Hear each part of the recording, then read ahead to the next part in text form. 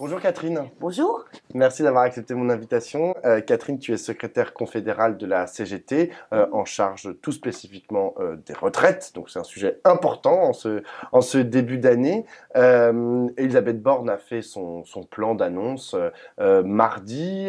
J'imagine que tu l'as écouté, puisque Bien après vous sûr. vous êtes réunis en intersyndical et vous avez décidé d'une journée de mobilisation et de grève le 19 janvier, le jeudi 19 janvier. C'est quoi l'état d'esprit à la CGT aujourd'hui? Bah, écoutez, on est sur le pont, hein, parce que là, évidemment, on n'est pas surpris. Ça fait des semaines qu'ils nous amusent en disant, bon, on hésite, on concerte, on discute, etc. On savait que Borne, sous le contrôle de Macron, allait annoncer un recul de l'âge légal. On savait aussi depuis quelques semaines que ça serait pas 65, mais 64 ans. Mais en même temps, avec une aggravation du nombre de trimestres demandés, la mesure, elle est presque plus dure. 64 plus 43 ans que seulement ce qu'ils avaient dit au départ. Donc on était en veillée d'armes, j'ai envie de dire, hein. C'est-à-dire qu'on se prépare depuis des semaines avec nos syndicats, avec évidemment les salariés dans les boîtes, à l'affrontement, puisque c'est ça qu'ils veulent. Donc on est prêt pour lancer un mouvement de grève. On a une force, c'est l'unité syndicale, puisque quand même la totalité des organisations syndicales, ça s'est pas vu depuis 2010, va être dans la rue dès le jeudi 19 janvier. Et surtout, on l'a vu dans les annonces mardi soir de nos secrétaires généraux, on a bien annoncé une première journée de grève. On est conscient qu'il va falloir monter le niveau de mobilisation et donc on est déjà dans l'idée qu'il y aura un calendrier de mobilisation dans les prochains jours qui va être proposé aux salariés. Mais j'ai envie de dire quand même, on leur dit aussi, le 19, c'est le début d'un mouvement social d'ampleur et il faut qu'on soit nombreux dès le départ, parce que plus vite on va taper, plus fort et plus nombreux on sera dans la rue et en grève dans les entreprises et les services, plus vite on va les faire reculer. Mais nous, à la CGT, on est assez confiants. On pense effectivement que on va les faire reculer. Et les faire reculer, ça veut dire imposer notre réforme. Et nous, on est content que la majorité des Français soit pour un retour à une retraite à 60 ans, parce qu'on pense que c'est une mesure de progrès qu'il faut dans ce pays bien meurtri par les années Macron. Alors hier, il y a un sondage, dans un sondage Elab, on apprenait que donc une majorité, comme tu l'as dit, de Français étaient contre cette réforme et même entendaient se mobiliser. Hein. C'est Frédéric Dabi de l'IFOP qui disait qu'on est à des taux vraiment de volonté de mobilisation qui approchent ceux de 95 ou de 2010. Mais dans le même temps, dans le sondage Elab d'hier, il disait aussi que 75% des Français pensaient que la réforme, de toutes les façons, allait passer. C'est-à-dire que malgré les mobilisations, malgré les grèves, le gouvernement et l'Assemblée nationale, en gros, allaient faire passer la réforme. Qu'est-ce que ça dit, ça, de, genre, je sais pas, de la vitalité de notre système institutionnel et de notre démocratie? En même temps, effectivement, moi je suis assez confiante sur le fait qu'il y a beaucoup de personnes qui vraiment ne supportent plus ces mesures régressives, que la retraite c'est vraiment la goutte d'eau qui fait déborder le vase face au manque d'argent, aux fins de mois difficiles, à l'inflation, au carburant, etc. Et puis au fait qu'il y a des luttes pour augmenter les salaires depuis des semaines, il n'y en a jamais eu autant, et donc les gens ils ont envie d'en découdre, quoi, vraiment. Après, ce qui nous remonte, nous, c'est que dans plein de secteurs où c'est pas facile de faire grève parce qu'on est peu organisé, parce qu'on est isolé, c'est des petites boîtes, qu'on a des contrats précaires, etc., y compris aussi dans l'encadrement, hein, les gens disent non, c'est peut-être le moment quand même de maintenant, ça suffit, c'est peut-être le moment de se mettre en grève et de manifester. Donc ça, on pense que c'est une force, bien évidemment, parce que nous, on veut un grand mouvement social, y compris citoyen, de proximité, et on pense que toute personne va peser dans la construction du mouvement social. Qu'on soit en capacité de faire une manifestation, une journée de grève, une heure de grève dans une entreprise, qu'on soit en capacité de signer la pétition qu'on a mis en ligne là depuis hier et qui cartonne, hein, puisqu'on est à plus de 60 000 en 24 heures personnes qui signent cette pétition, tout va compter. Et puis, bien évidemment, il y a des endroits où les entreprises vont pouvoir être bloquées, c'est déjà le cas dans un certain nombre de secteurs. Il y a des annonces assez intéressantes, hein. Évidemment, dans les gros secteurs où il y a des grosses boîtes qui sont en capacité de peser, comme dans les transports, bien sûr, routiers, ferroviaires, RATP, mais aussi évidemment dans les secteurs comme la raffinerie, les grosses boîtes de la métallurgie, donc là, ou l'agroalimentaire. Là, il y a des secteurs où on va pouvoir évidemment enclencher des grèves beaucoup plus massives et beaucoup plus longues, mais tout va compter. Et donc moi, je pense que c'est du démarrage de ce mouvement qu'il y aura de l'espoir qui va naître. Évidemment, ça fait très longtemps que le mouvement social n'a pas gagné quelque chose d'important, donc c'est normal que les gens doutent. Et en plus, on a des politiques, Macron en particulier, mais tout son gouvernement, qui sont complètement déconnectés du monde du travail, complètement déconnectés de la population, qui méprisent tout le monde, y compris qui méprisent les députés à l'Assemblée nationale à coup de 49-3. Et donc forcément, les gens ont l'impression qu'ils sont inflexibles, qu'on est presque dans une situation où la démocratie est mise en péril. Donc c'est normal qu'il manque d'assurance. Mais moi, je pense que c'est comme d'habitude, la lutte, le mouvement social qui va donner de l'espoir et qui va dire bah oui, bah il y a des gens dans la rue cette fois-ci, bah peut-être que moi la prochaine fois je vais y aller aussi et qu'on va faire grossir ce mouvement. Et moi, je pense que si on mène bien ce mouvement social, si en plus organisation syndicale, organisation politique opposée à la réforme travaillent bien aussi à faire en sorte chacun de leur côté à faire monter la mobilisation, on est en capacité de faire reculer ce gouvernement. Et puis ça sera historique, hein. Parce que si on fait reculer ce gouvernement, ça veut dire qu'on va pouvoir imposer des choix complètement différents, pas seulement sur le sujet des retraites, hein, sur la transformation de la société. Donc il y a un enjeu politique important. Alors, tu as parlé de l'unité syndicale, il y a aussi une unité politique, on va dire, de la gauche et des écologistes, de la NUPES en Mmh. tout cas. Est-ce que vous allez organiser des moments, on va dire, où toute cette gauche, dans sa pluralité syndicale, politique et même peut-être associative, va aussi se rencontrer, se défiler ensemble? Vous allez tous défiler au même endroit, je sais pas, organiser un grand événement? Ou est-ce que ça, c'est encore, parce que là, tu as utilisé le mot, tu as dit oui, chacun de son côté. Ouais. Tu vois, chacun va avancer de son côté. Est-ce qu'il y a quand même des moments où vous allez converger?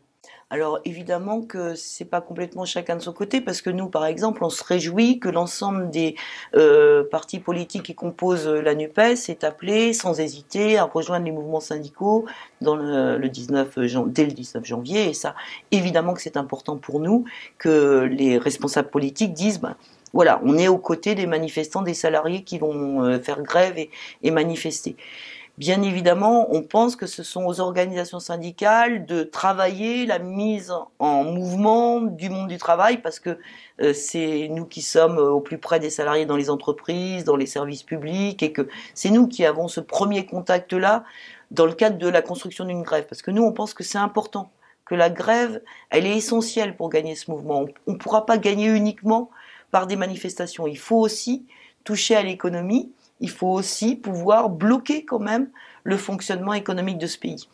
Après, évidemment qu'on travaille avec les organisations politiques, on a déjà commencé à travailler avec eux depuis quand même beaucoup de semaines, notamment on travaille avec les députés quand il y a besoin de travailler ensemble sur le décryptage du projet Borne, les contre-projets. Souvent, on partage des revendications très communes et on compte sur eux aussi pour faire leur job, évidemment, mais ils l'ont bien fait en 2019-2020, au moment du débat parlementaire. Bien évidemment que rien n'est fermé à l'idée de pouvoir ensemble construire des débats publics, des actions publiques, des meetings, pourquoi pas communs. Tout ça, ça va se construire en marchant. Il y a la volonté de créer un mouvement citoyen, mais où chacun joue son rôle. Un élu politique, c'est pas un dirigeant syndical et inversement. Tu parles de construire une grève. Est-ce qu'il n'y a pas un risque, je ne sais pas si c'est un risque, d'ailleurs c'est peut-être une chance, mais que ça parte un peu dans tous les sens, parce que c'est vrai qu'on imagine que là, bon, les centrales syndicales, vous, mais aussi la CFDT, etc., sont à la manœuvre pour Mmh. organiser et construire cette grève, comme tu dis. Mais voilà, on est aussi dans un moment de notre démocratie au travail où des gens s'affranchissent un peu des cadres syndicaux pour partir en grève tout seuls dans leur coin et je sais pas, décider d'actions qui soit pas sous l'égide des syndicats. Est-ce que ça, c'est quelque chose que vous envisagez ou, comment est-ce que vous le jugez? Alors déjà, évidemment qu'on va proposer des modes d'action, c'est notre rôle, proposer des modes d'action, y compris différents, variés, y compris permettant à tout le monde de s'inscrire dans le mouvement social. Quand on permet par exemple de réunir, par exemple, je pense aux retraites des flambeaux qui avaient vachement bien marché en 2019-2020, quand on fait une retraite au flambeau, par définition, on permet à des gens le soir, en dehors des heures de travail, de manifester et de se mobiliser. Mais on va pas tout verrouiller parce que c'est pas au niveau national avec les organisations syndicales nationales que ça va se décider. C'est d'abord à la base, au plus près, dans les localités, dans les entreprises.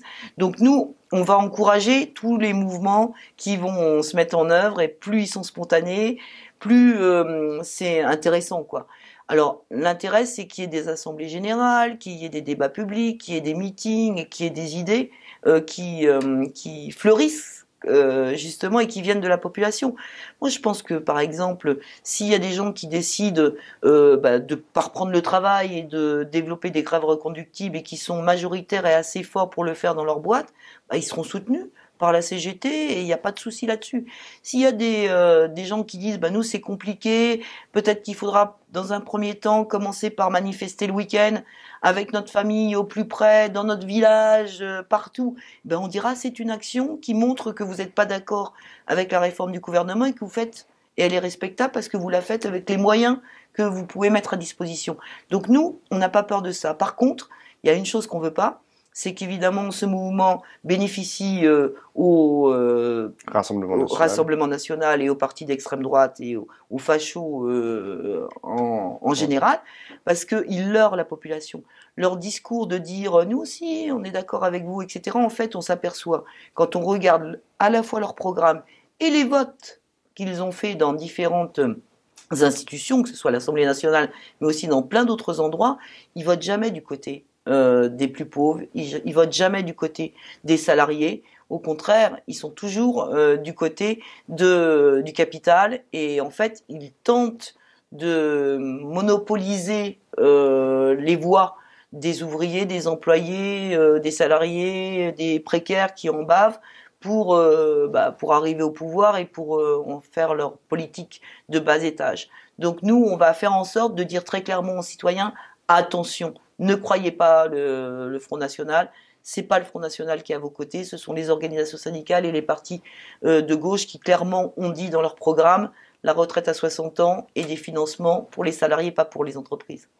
J'ai une dernière question, Catherine. C'est une question un peu internationale parce que ça revient souvent. Moi, dans les débats que je fais, c'est souvent un argument qu'on m'oppose. On me dit souvent, encore hier, Roselyne Bachelot me dit ah bah oui, mais vous comprenez bien que par rapport aux autres pays, notamment européens, on est ceux qui avons les plus grosses pensions de retraite. C'est ce qu'elle m'a balancé hier dans le débat. Et deuxième argument, ah mais tous les autres pays européens ou la majorité des autres pays européens, voire dans le monde, partent à la retraite plus tard que nous. Alors pourquoi est-ce que nous, on serait les seuls à avoir une retraite à 62, voire nous, ce qu'on veut, la retraite à 60 ans? Bah, c'est un choix de société. D'abord, ce qu'elle oublie de dire, c'est que c'est grâce au système qu'on a créé de sécurité sociale et donc à notre système de retraite très solidaire que effectivement il y a moins de pauvres en France quand on est retraité qu'en Europe. Il y a encore trop de gens qui ont des trop petites pensions, mais c'est vrai que si on regarde par rapport à l'Allemagne, très clairement, les retraités français ont des niveaux de pension plus élevés. Mais ça, c'est notre système. C'est un peu notre originalité en Europe et justement, souvent ça sert d'ailleurs assez de modèle, c'est-à-dire que les autres pays nous regardent avec envie. Les Belges, par exemple, quand on essaye encore une fois, de faire passer des réformes régressives, ils regardent comment nous, on agit en France, en Espagne aussi, on regarde et puis plus largement dans le monde, même dans des pays comme l'Inde, les syndicalistes indiens, ils regardent ce qu'on a pu mettre en place comme modèle de solidarité parce qu'ils disent, nous on veut votre modèle, on veut pas justement des modèles au rabais.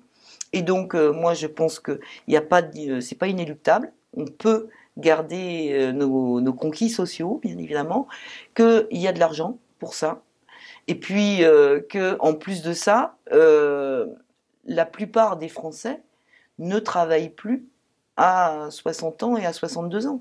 Donc c'est une réforme qui est idéologique, qui correspond même pas à la réalité du travail dans notre pays, puisque aujourd'hui plus un salarié sur deux n'est plus en emploi à 62 ans. Donc ça, ils ne l'ont pas résolu. Donc c'est pas parce que en fait on va décaler l'âge de la retraite à 63, 64 ans qu'on va obliger les gens à travailler plus longtemps. C'est pas comme ça que ça va se passer. On va simplement agir sur le niveau de leur pension. C'est-à-dire qu'ils vont connaître un sas de précarité, comme beaucoup de seniors le connaissent aujourd'hui.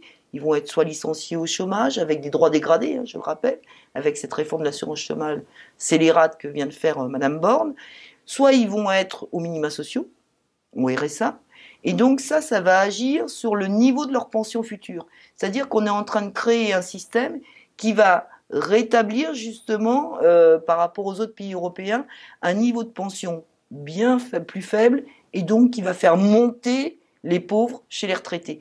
Ben, c'est pas ça qu'on souhaite pour notre pays, parce qu'on pense effectivement qu'on peut faire autrement dans un pays où la richesse créée par le travail, elle est importante. On pense qu'on peut faire autrement. Puis je termine en disant quand même qu'il y a des pays européens auxquels on a tenté d'imposer des réformes régressives et qui ont résisté. Je pense à la Croatie. On n'en parle pas beaucoup, mais la Croatie, ils ont réussi à obtenir un référendum dans leur pays qui a permis d'arrêter la réforme. Donc plus on va être nombreux à dire qu'on est contre la réforme, y compris par exemple par la voie de la pétition là, électronique qu'on a mis en ligne, plus le gouvernement va devoir entendre ce qu'exprime la majorité de la population française. Ben, merci beaucoup, Catherine. Et Merci. surtout, tous dans la rue le 19. Dans la rue le Ouais. 19, effectivement.